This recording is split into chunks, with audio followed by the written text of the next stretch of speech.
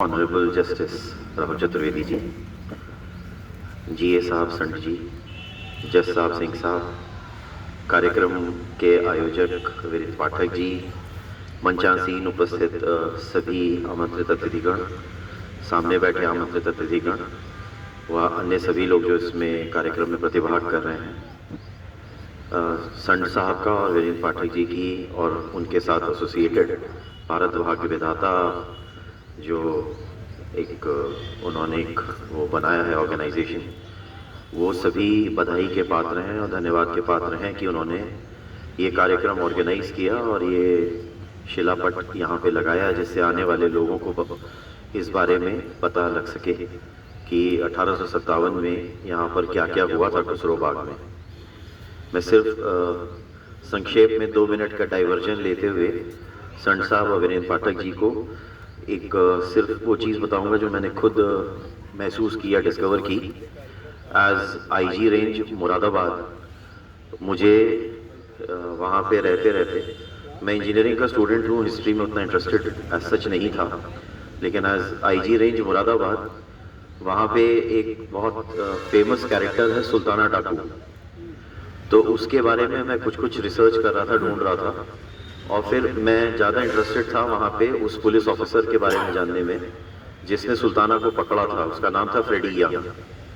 तो मैं एक ऑब्सेशन की हद तक फ्रेडी यंग के बारे में ढूंढना शुरू किया और उस क्रम में मैं ढूंढने की कोशिश कर रहा था कि फ्रेडी यंग कैसा कैरेक्टर था, क्या कर रहा था।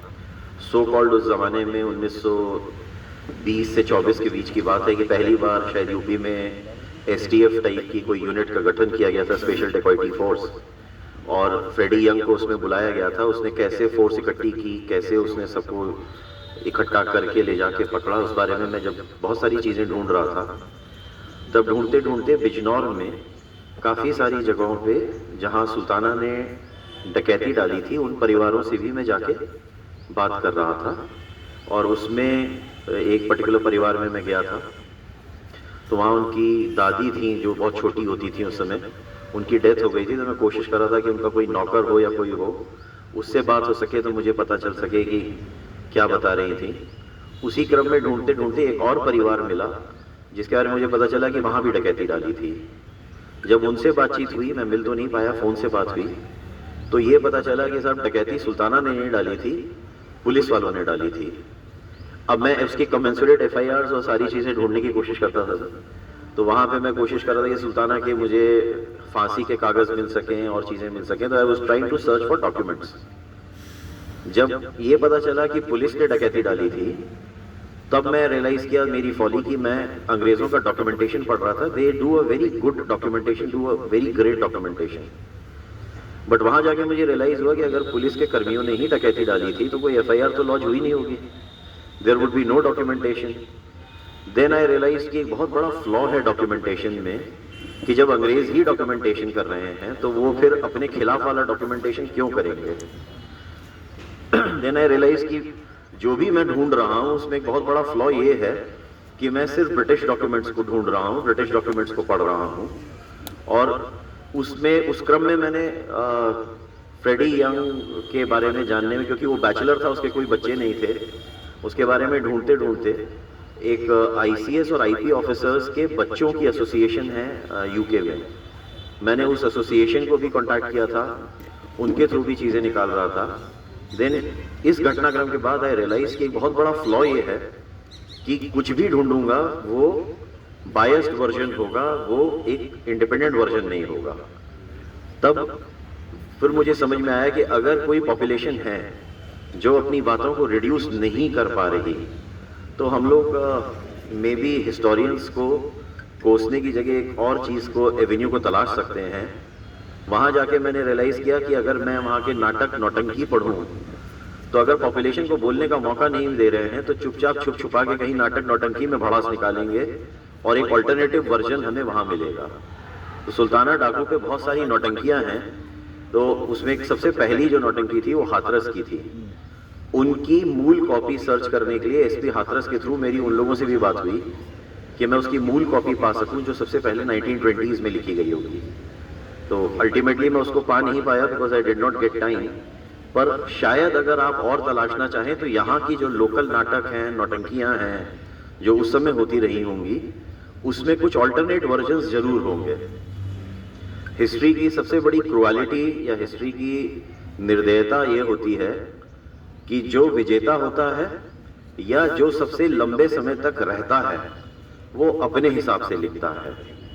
तो हिस्ट्री हमेशा उसको फेवर करती है जो जीत जाता है या जो सबसे लंबे समय तक जीवित रहता है।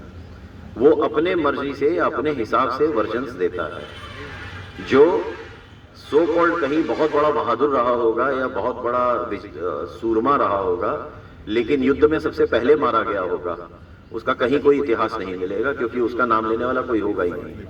और भले ही सबसे डरपोक सिपाही जो अंत तक छुप के बैठा रहे पेड़ के पीछे, वो जीवित रह गया, तो वो हिस्टोरिकल वर्जन अपनी मर्जी से देगा। तो हिस्ट्री में एक अल्टीमेटली बायसनेस होती है कि हिस्ट्री लॉन्गेस्ट लिविंग और विजेता के एंगल से लिखी गई होती है। शायद अगर हम इन वर्जन्स को ढूंढें तो हमें कुछ मिल सकता है। इसी क्रम में एक छोटा सा इंसिडेंट अभी आपने मेंशन किया तो वो भी मैं बता रहा हूँ। बीच में मैं बहुत ज़्यादा पैशनेटली जब ये सर्च कर रहा था तो बीच में 2-2.5 महीने का पीरियड ऐसा आया जब मैं पूरा डाइग्रेस हो गया था। उस समय मैं ढूंढने निकला था फ्रेडी यंग के बारे में और ढूंढते ढूंढते 1857 के कुछ रिकॉर्ड्स मिल गए।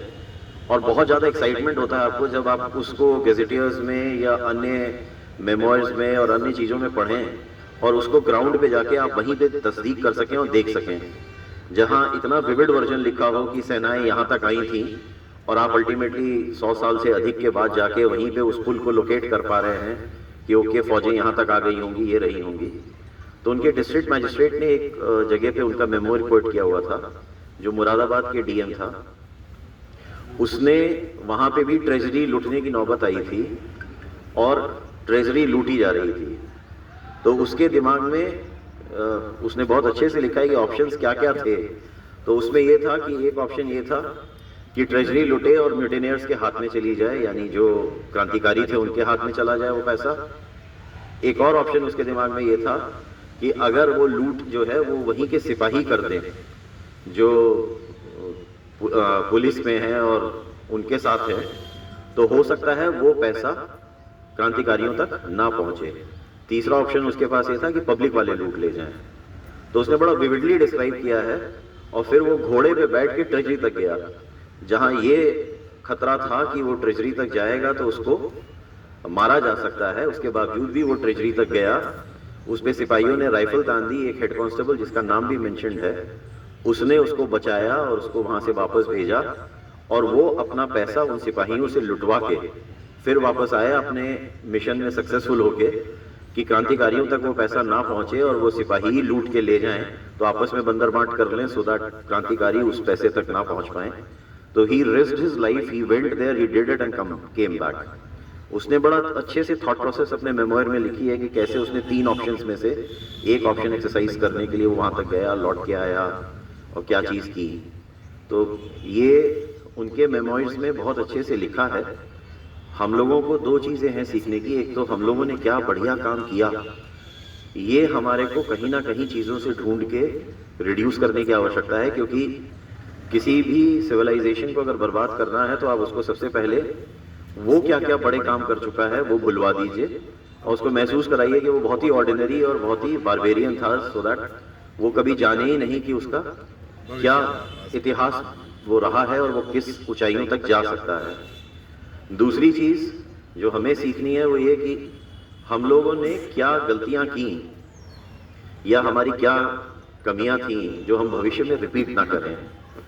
मुझे जहां भी कहीं पढ़ के लगता है वो यही है कि हम लोग आपस में एक दूसरे से ईर्ष्या, हमारा ही साथी कहीं ज्यादा नाम ना पा जाए, हमारा ही साथी कहीं ज्यादा सक्सेसफुल होके ऊपर ना बैठ जाए, इस चक्कर में हम हजारों साल से सरेंडर करते चले आ रहे हैं दूसरे के सामने कि कहीं ऐसा ना हो कि मेरे पड़ोस वाला जो है वो ज्यादा ऊंचा चला जाए और मैं नीचा रह जाऊं। तो इसलिए भैया कोई भारी आ जाए हम पे कंट्रोल करे, लेकिन हम अपने साथ वाले को ज्यादा ऊंचा उठता नहीं देख सकते। मुझे हजारों साल से एक ही कमी नजर आती है, दैट इज कि हम लोग आपस में कोहेसिव होके नहीं रह पाते और हम लोग आपस में ऑर्गेनाइजेशन के नाम पे बहुत ऑर्गेनाइज्ड नहीं हो पाते। क्रांतिकारी 10 दिन तक रहे, पर मेरे लिए बहुत सरप्राइजिंग सी चीज़ है कि कैसे बहुत ही मुट्ठी भर अंग्रेज आए और यहीं की पॉपुलेशन को सेना में, पुलिस में, जिसमें भी कन्वर्ट करना था किया और करके उस पर राज करते रहे। इस क्रम में एक किताब है, इसका नाम मुझे बहुत अच्छे से याद नहीं, जहाँ लास्ट एक अंग्रेज था जो जाने से पहले का उसका लिखा हुआ है।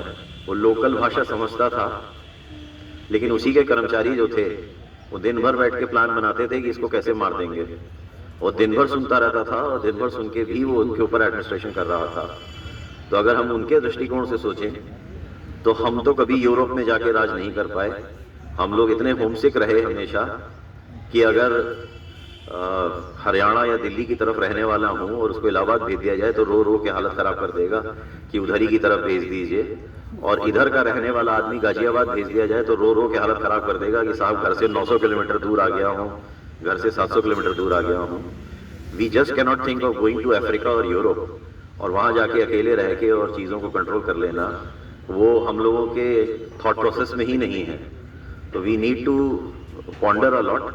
ये बहुत अच्छा पहल है पाठक जी का, और सिर्फ मेरा सुझाव है कि एक बार लोकल जो नाटक नौटंकी हैं या लोकल जो पॉपुलेशन ने कहीं और रिड्यूस किया होगा प्रेशर में, उसको भी एक बार पढ़ लें तो शायद एक ऑल्टरनेटिव व्यू पॉइंट, एक ऑल्टरनेटिव पर्सपेक्टिव भी उन्हें मिलेगा। पुनः आप सभी लोगों को बहुत बहुत बधाई, और सभी लोग जो टाइम निकाल के कार्यक्रम में प्रतिभाग करने आए हैं उनको भी बहुत बहुत धन्यवाद।